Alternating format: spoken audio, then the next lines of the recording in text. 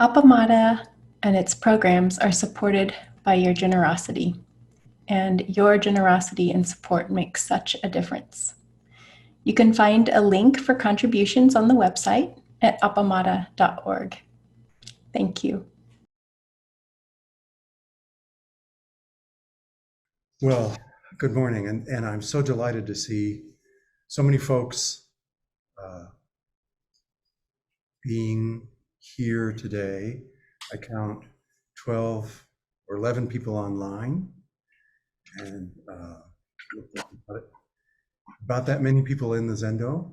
So this is a delight for me to be able to share this morning with you all. And I want to say thank you to Kim for officiating this morning, and to Anne for being the timekeeper, and Sandra for being the monitor, to Nancy for being the online monitor. That's so important. She straightened me out on a couple of mistakes I made already. And to Lori for offering practice discussion this morning. Thank you very much.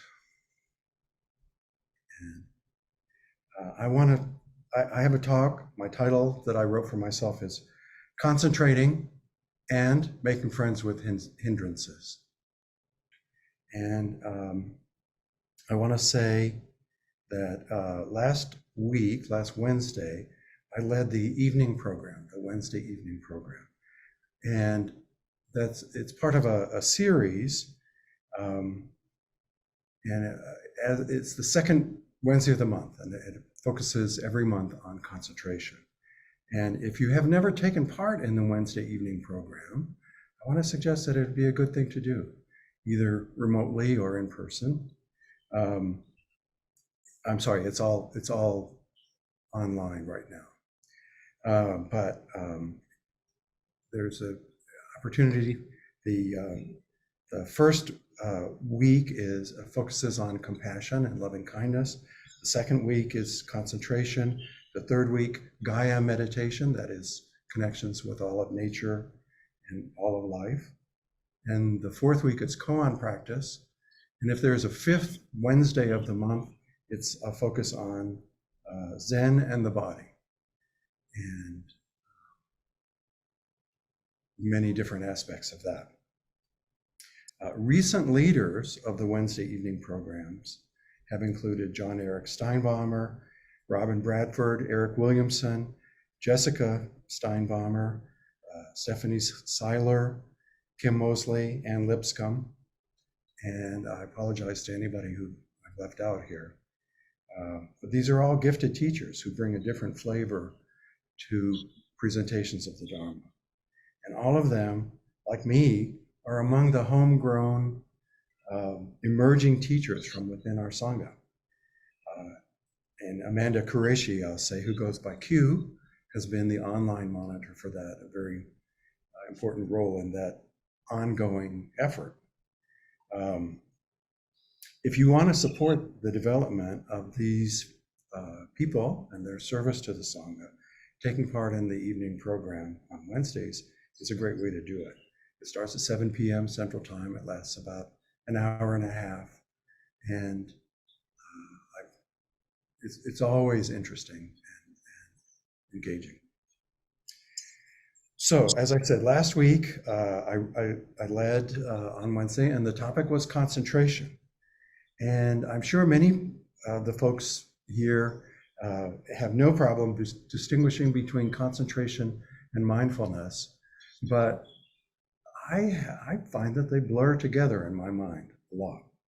So last week I looked up the terms and I found some definitions.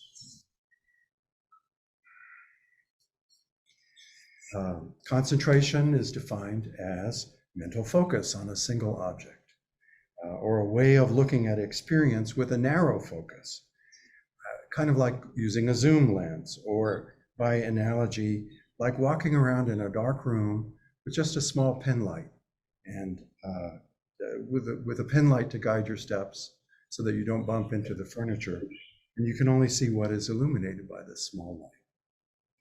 Even more so, I'd say, as practiced for thousands of years, it is focused on a single point. It might be a word, like a mantra.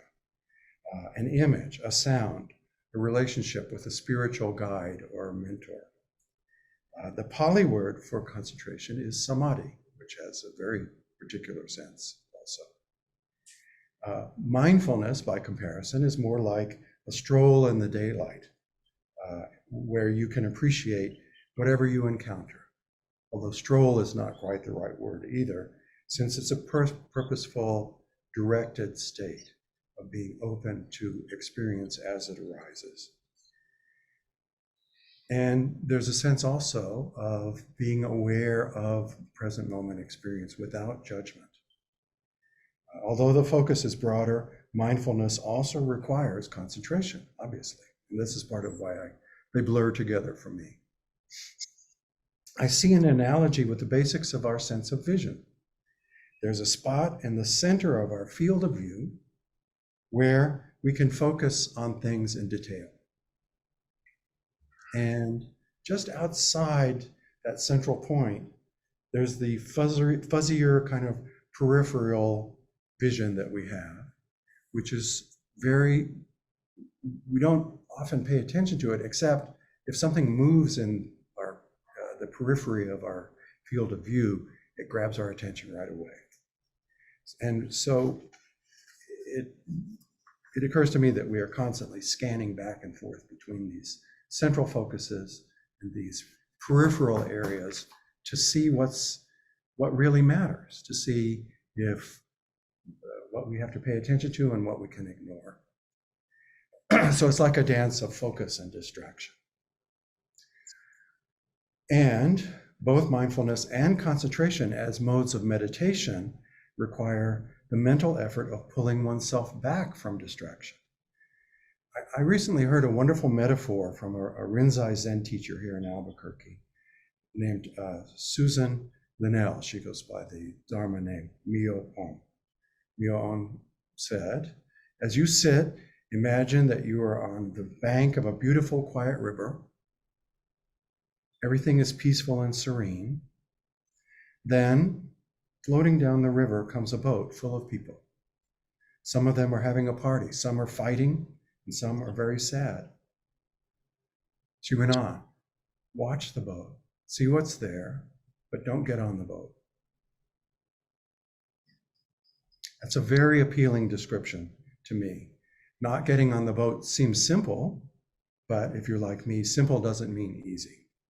It takes work not to jump on the boat, and even more work to swim back to shore when I realize that I'm already cracking a beer or getting in an argument or planning Thanksgiving dinner with somebody on the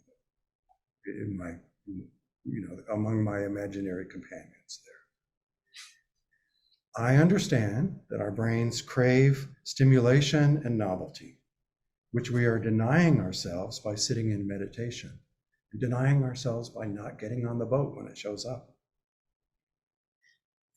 When we do get on the boat, our brains give themselves rewards in dopamine and epinephrine and other brain chemicals. And conversely, pulling ourselves back to shore, sitting quietly, turns off that reward. So it requires an effort, and the effort has a sense of discomfort to it. And this is something that I talked about in my last Dharma talk, when I was describing how in experiments, people have chosen to give themselves electric shocks rather than sit quietly with their own thoughts in recent experiments. So to continue, concentration in the Theravadan tradition that goes back to the Buddha's original teachings originally had 4 levels called jhanas, or absorptions. That number was later expanded, sometimes very greatly. Each of the jhanas was a step along the path of relinquishing the sense of self as separate and apart from the unfolding consciousness, unfolding cosmos, a step toward an embodied understanding of dependent co-arising, while leaving the world of mental projections and sensory apparatus behind. The Buddha taught mindfulness of the breath as a concentration practice for beginners and as a practice that in and of itself could progress through all the jhanas to nirvana. There's a famous story that late in his teaching career, he went off into the forest, leaving his large group of disciples behind. And when he came back, followers asked him what he'd been doing, and he said that he had been practicing mindfulness of breath. His followers said, well, isn't that a beginner practice? Why were you doing that? And he said, because it's a beautiful way to live. As a side note, as you probably already know, the word jhana was translated into Chinese as chan, and the word chan was translated into Japanese as zen. So these are closely related ideas and closely related practices. In Zen, at least in the Soto Zen tradition that we follow, there's less focus on effortful single focus concentration or single pointed concentration with mantras or images, and more focus on mindfulness of present moment experience as it unfolds. To me, this emphasis is captured in Dogen's phrase from Genjo Koan: to carry yourself forward and experience,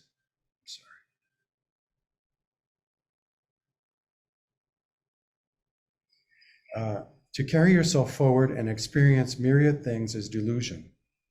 That myriad things come forward and experience themselves is awakening. I hear that as a kind of warning. Don't fall into the delusion of thinking that what matters in concentration is something that you, as a separate being, are doing. You're not swimming laps, but recognizing that you're immersed in the ocean. Right concentration is the last element in the Buddha's Eightfold Path. Right understanding, right intention, right speech, right action, right livelihood, right effort, right mindfulness, and finally, right concentration. Right concentration or samadhi is a variety of single-pointed concentration, as I've said, but one can concentrate with intense single-pointedness on lots of things: anger, sexual thoughts, revenge, anxiety. That's not right concentration. The Theravadan teacher Bhikkhu Bodhi writes, samadhi is exclusively wholesome one-pointedness, the concentration in a wholesome state of mind. Even then, its range is still narrower.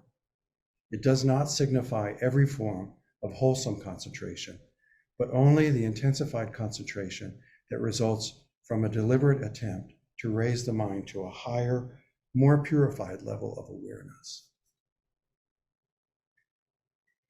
Okay, I have questions about this, and it has to do with what I experience and what I've learned from my reading about physiology and psychology and so on. My question begins, how is concentration on a higher level of awareness ever even possible? How is any meditative practice possible, really? And how can it really lead to awakening and freedom? Humans are an evolved species, and we can see that in the structure of our brains. We have what is called a limbic system, or a limbic, or a lizard brain, or even a fish brain. The brainstem, the cerebellum, the amygdala and hippocampus, and all these other parts in our brain that seem to act, they have many different functions, but they seem to act a lot very quickly and to direct a lot of our activities much faster than we can think about them with our discursive mind. We have a mammalian evolved part of our brain, which scans for our connections with other people, with the other members of our species. And without these parts of our brains, our lungs wouldn't work, our hearts would not keep pumping while we are asleep, all these other things. They also connect to all our sensory apparatus, our eyes, our ears, our nose, our tongue, everything that has nerve endings to provide information about the outside world. And these parts of our brains color our experience. Nothing that makes it into the discursive parts of our minds comes in without already being colored by what the Buddha described as feeling or feeling tone, the sense that something is good or bad. So it takes work to be able to parse that out, to realize that there's a feeling tone that is separate from, that is a kind of reactivity that is separate from what we are actually experiencing in our relationship with the world. The other thing is that these inner parts of our brain, and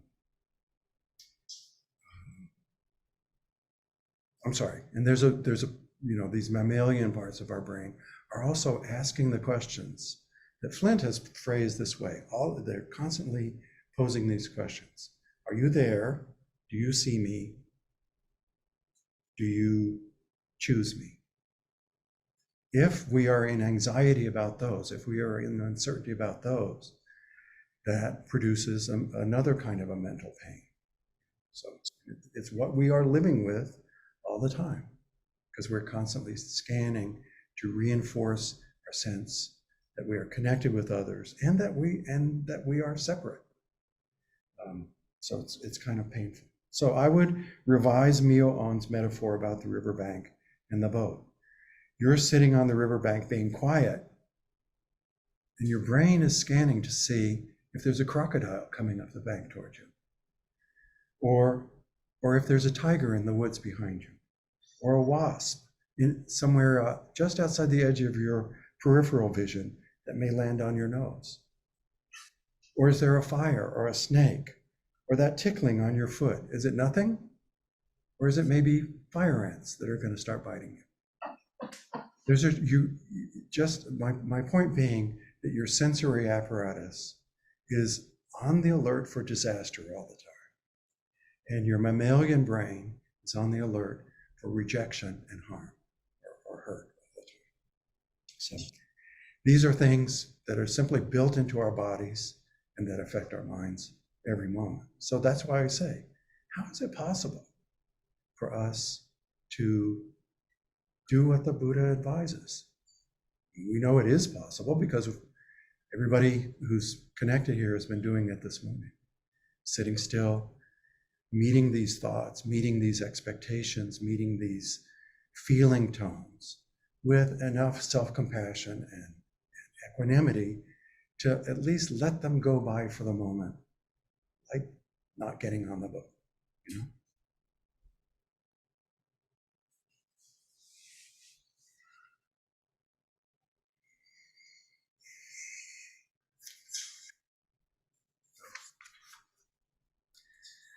So my point finally is this. If you've had even a moment, single moment of unclouded mindfulness today, you should offer yourself some gratitude and congratulations. And yourself and to the whole system for making this both difficult and possible at the same time. You're up against a lot of hindrances and obstacles, and they are just part of our life, just as the opportunity to awaken is part of our life. So I meant to mention at the beginning of my talk that I wanted to ask you to join me in participating in a little experiment at the end. I left that out, but now I want to talk to you about a brief experiment. If you've participated at Appamada at any amount of time or for any amount of time, you are probably familiar with some of the language of a type of psychotherapy called internal family systems therapy. And this is a type of therapy that has as its basic idea that we don't have just one mind, we have many minds, and some of them have to do with young parts of ourselves that believe certain things that may or may not be accurate in the present moment, in our adult lives. They may be fearful, they may be angry, they may be stuck. And I want to say that several years ago, I was participating in an intensive at Appamada, along with Peg, and I had just given a talk about hindrances and about parts and about the appalling resilience and persistence of early conditioning that I found in my own life. That even after years of sitting therapy, that I still was being yanked around by early conditioning, and just how difficult that was for me. And afterwards, I had a conversation that was one of those life-changing conversations that I've had at Appamada. It was with Krzysztof Piakarski, one of the Zen mentors at Appamada. And he said simply that probably wasn't very helpful to keep thinking of these parts in this negative way, and that it might be better for me to meet these parts with a greater sense of loving kindness and compassion, and to really integrate the fact that they were doing the best that they could, just as the people around me are doing the best they can, and that I could hold them in that knowledge. And he said that this approach maps onto the Zen saying, the obstacle is the path. So, there I was, I'd been practicing for many years, but this one conversation had a real effect on me being able to integrate this. And I think about it often. So I want to give an example of something and ask you, when I ring the bell, to participate in an experiment with seeing if you can recognize something along the same line that occurs to you.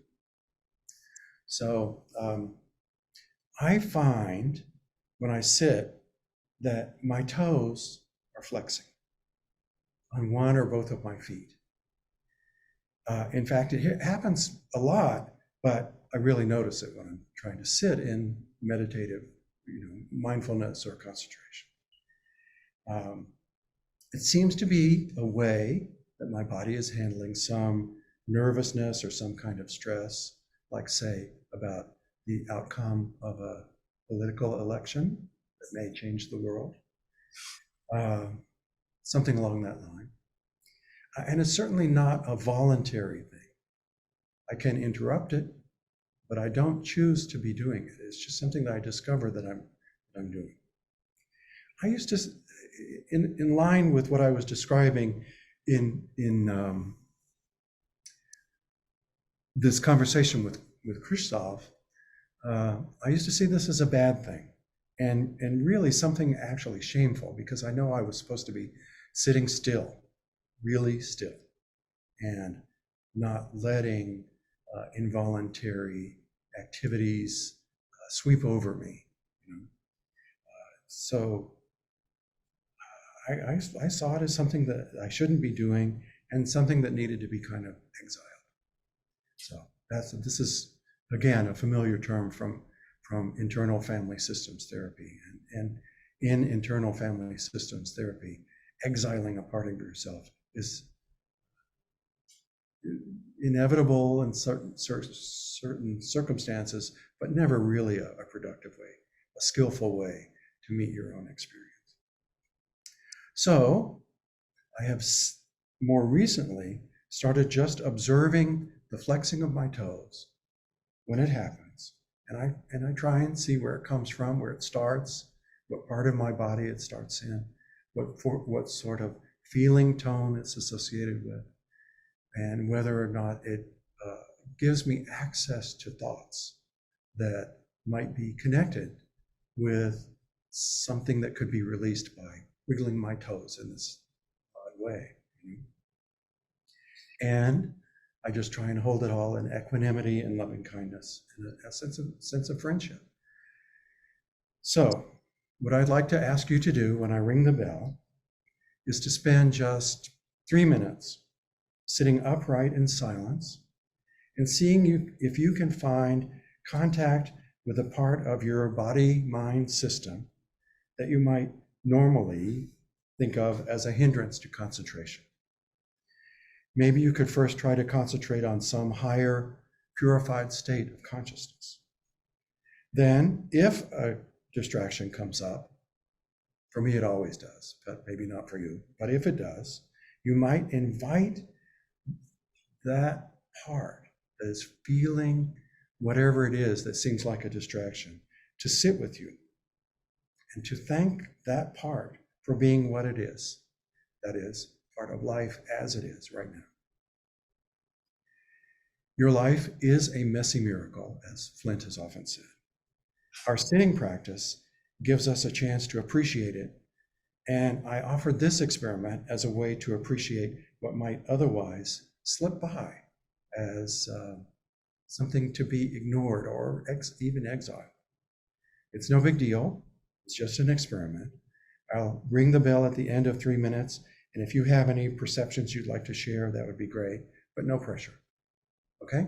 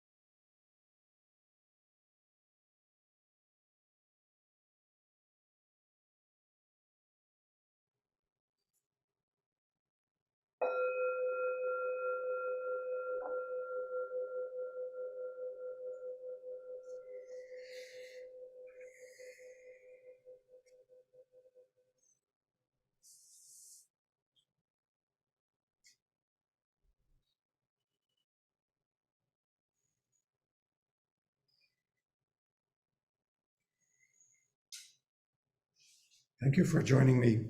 Pardon me. Thank you for joining me in that experiment.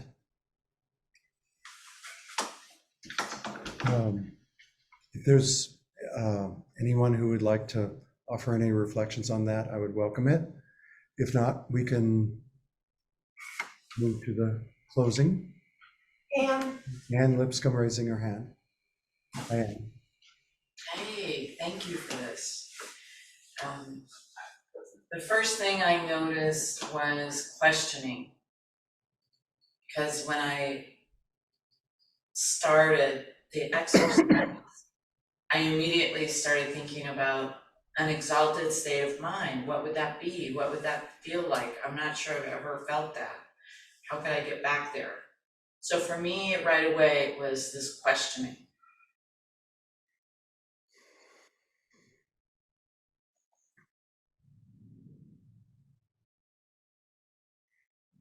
I had the same experience, and it eventually it came. I settled on, it has to do with compassion and connection with others. Did an answer come up for you, or did you remain in that questioning state? Well, then it kind of moves into trying to let things come and go, and stopping myself when I get in the boat. Thinking that I was supposed to be doing it a certain way. And was that comfortable, uncomfortable? Did it give you a feeling anywhere in your body or in the back of your mind? The questioning is very comfortable, but when I notice that I'm crawling over the gunwales of the boat, that's uncomfortable because it's associated with no, wrong.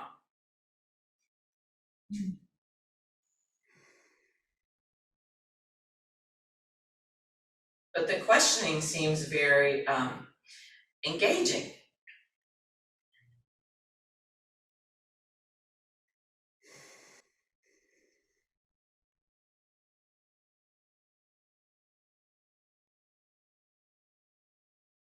Does that feel like a complete statement of where you were, of what you were wanting to say? Thank you. Thank you so much. Yeah. I see Darcy has raised her hand. So I had kind of an interesting experience because so as we started to sit and I was just taking in the room that I'm in, I'm noticing this tick, tick, tick, like it was a clock ticking. It sounded like, and my mind was trying to figure it out. I don't usually sit in this room. I've really not ever noticed that sound before. And I thought, well, maybe it's something online. And so then I noticed my mind wanting to know. And, you know, all that was okay. But then I could feel myself sort of getting in the boat with obsessing and needing to know, you know. Mm-hmm. And recognizing that in myself, and you know, your suggestion of befriending rather than pushing it away. So I'm sitting with this familiar sort of a little bit of obsessive needing to know something feeling, and it came up as, okay, it's like a little energy that's sort of sparkly and welcoming or something, you know. It just transformed, but it was a lot of work. I just, you know, I kept bringing myself back to, rather than getting in the boat with it and trying to figure it out and whatnot, you know. So, but it was a different experience than pushing it away. Mm-hmm. Is what I'm trying to say. Mm-hmm. Yeah. So thank you. Thank you, Darcy. That's a great description of what I was trying to say also. Mm-hmm. And by the way, when we finished our 3-minute period, then I allowed myself to go down that trail, of course. There is a clock in this room that I've never noticed before. But not getting in the boat while I was sitting provided a very useful experience. So thank you. Yeah, on the one hand, you have to not get in the boat. Yes. But on the other hand, what I was suggesting was that doesn't mean that you make the distraction bad. You know, and Yeah. that's what I, Yeah. that's what it seems like you really illustrated there. Yes. Yeah. So thank you for that. That was a new way to sit with that. Mm-hmm. Yeah.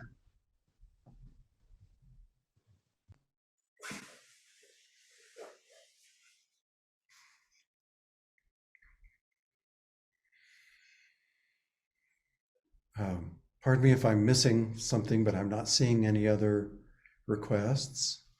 So let's go ahead and close for today with our closing chants. And I will turn it back over to Kim and to lead that.